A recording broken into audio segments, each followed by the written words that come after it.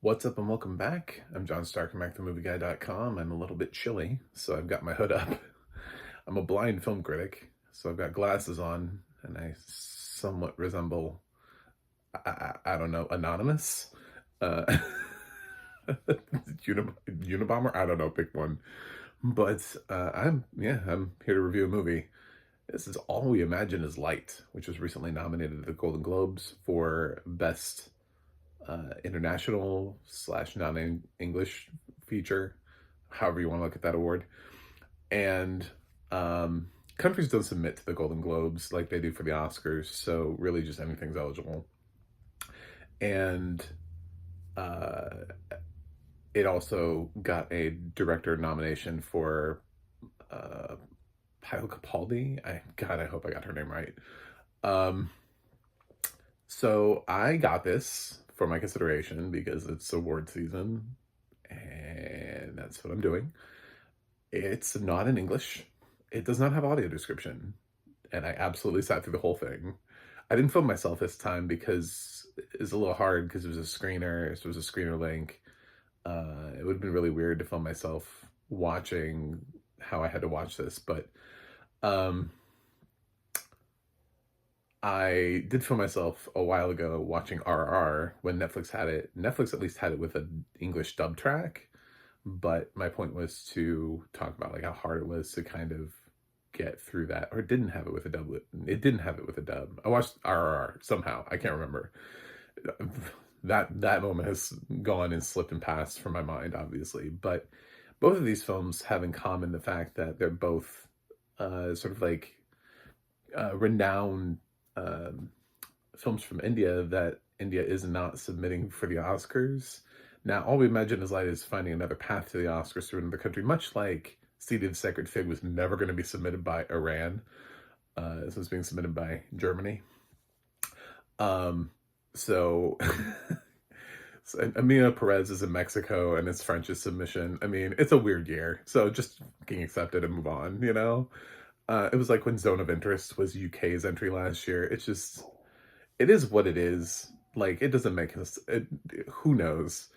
I'm surprised the United States doesn't have an international entry at this point, you know? Like, we're just like, oh, we made a movie, it wasn't in English, and we shot it somewhere else. Qualified? Question mark?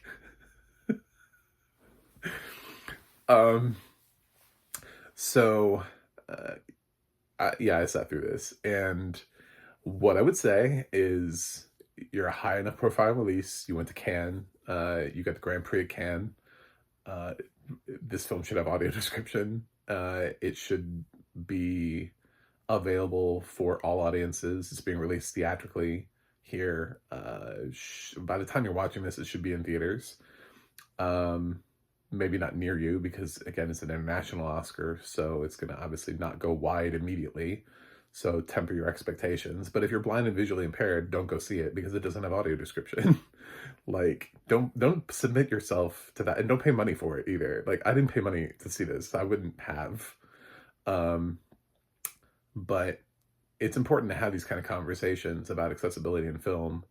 There's only a few of us that are blind and low vision that are in the world of film criticism, and we talk about sort of like laughing about how we would come up with an international category for awards and figuring out like how we would even nominate because so few of these films ever actually have audio description on them. We're pleased as punch when they do, with some like Zone of Interest and Anatomy of Fall, both last year had audio description. Drive My Car had it previously.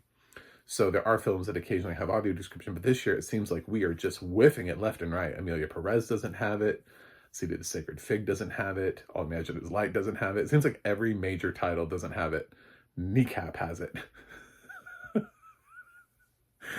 UK's submission this year has it. So, well, it's going to be a barren year in the international film category for me this year. Although technically I have seen this, and I have seen Amelia Perez, as I have seen several other films this year that are not in my language, because I always feel like when somebody is putting this film out there, they're saying this is in presentation quality. But when they say that, they don't actually think about the accessibility of blind and low vision users because they don't really want to. It's not accessibility that they use, and they're not really thinking about it. And you could say that, well, this isn't in the language, and it's like, then why is it being submitted to America? You know what I'm saying? Like, I mean, you're submitting it for American audiences, so what you're doing is you're just sort of like gatekeeping it from blind and low vision viewers who may be interested in the story of, yes, I know what it's about, three women who all come from sort of different backgrounds, and they descend on Mumbai and become nurses. They all have different backgrounds. It seems that we sort of follow the oldest of the three, who has sort of an interesting backstory where her husband sort of left her almost immediately after marriage and like moved to Germany or something, and she's at risk of losing her place because he didn't leave it to her in the will, and there's some developer that's like taking it down, so she might have to find a new place, or will have to find a new place. Um, there's also a guy that's interested in her, but she's still technically married. He doesn't really care about that because the guy actually hasn't been around, but like forever. And then finally she gets this like rice cooker, like as a gift from her husband that is just missing in action. And she thinks, there's a little bit of a question of, is he trying to like apologize, rekindle something, or is this more likely like the final nail? Like, is this some sort of like insulting like consolation prize for their marriage? Like, sorry I left you, here's a rice cooker. You know? Um, so it seems like a fun movie, and it's directed, it is a female director. It's directed from a female perspective about three women. And it's exactly the kind of movie that India needs to have. It's exactly the kind of movie that we over here should be watching, because part of the reason why I watch international film and why I fight so hard for it to have audio description is for a reason that I think a lot of the stuff that we have, a lot of these sort of anti-immigration, um, xenophobic tendencies that we have here in America have to do with the fact that we never understand other countries. And the only way to do that is to continue to culturally expose ourselves to them and enrich ourselves by experiencing the art of these countries, whether it be literature, whether it be music, whether it be cinema, whatever it is. It should be accessible, but it should also be accessible to blind people, because we are human.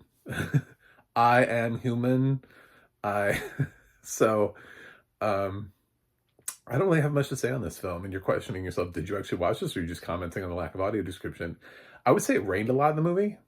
That's my grand takeaway. Was there was one scene that sounded like somebody was at like a rally or like speaking in front of a room. It just had that sort of like feel to it. Like speaking at a podium type thing to a crowd of people.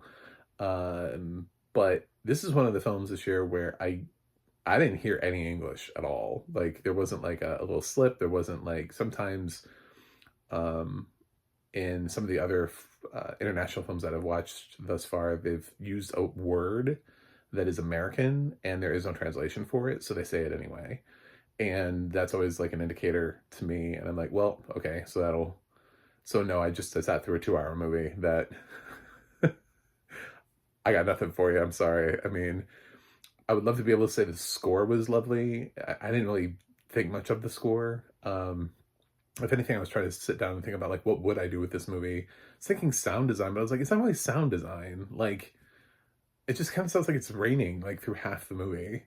I don't know if that's sound design, and I don't even know if it's raining. It just kind of sounded like they were outside, and it had that sort of like rain on leaves feel to it, or rain against maybe like a window pane, like not a heavy rain, not like monsoonish heavy downpour, but just like normal rain.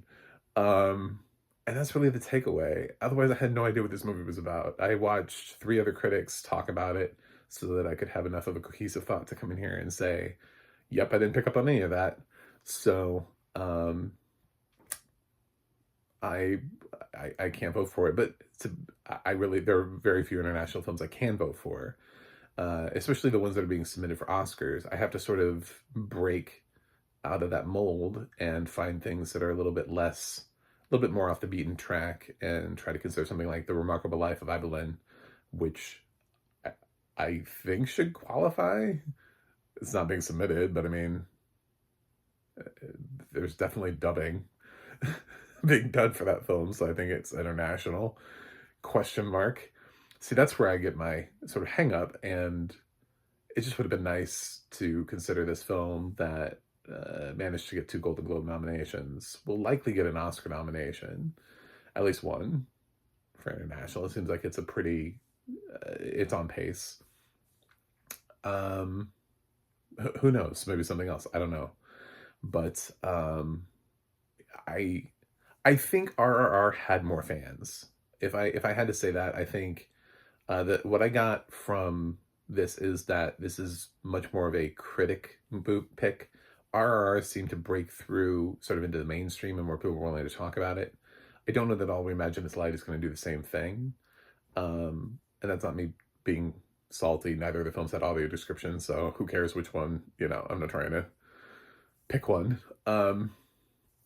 But it did feel like RR had sort of touched a little bit outside of maybe just film Twitter, you know what I'm saying? Maybe just film critics and stuff like that. So I don't have a grade for this film. It's unwatchable, and I honestly can't even give you a floating grade like I do sometimes for films that don't have audio description, because I got nothing. Literally nothing from this movie. I sat and listened to a film and I got Rain. Was the strongest thing I could come back with is Rain. But I did watch it, and somebody could validate that because all of our screener links are linked to who we are and all that kind of stuff. So if somebody really wants to dig, they could challenge me and be like, oh shit, he used a screener link. Yeah. And he made it all the way to the end of the movie. Fuck. He actually did do it. Anyway, thanks for watching. Thanks for subscribing. And this is why I do this. Not only am I a blind film critic, but I'm also an advocate for audio description and for accessibility for blind and low vision viewers. I have to be. There's only one of me, you know? So, and I'll see you guys on the other side.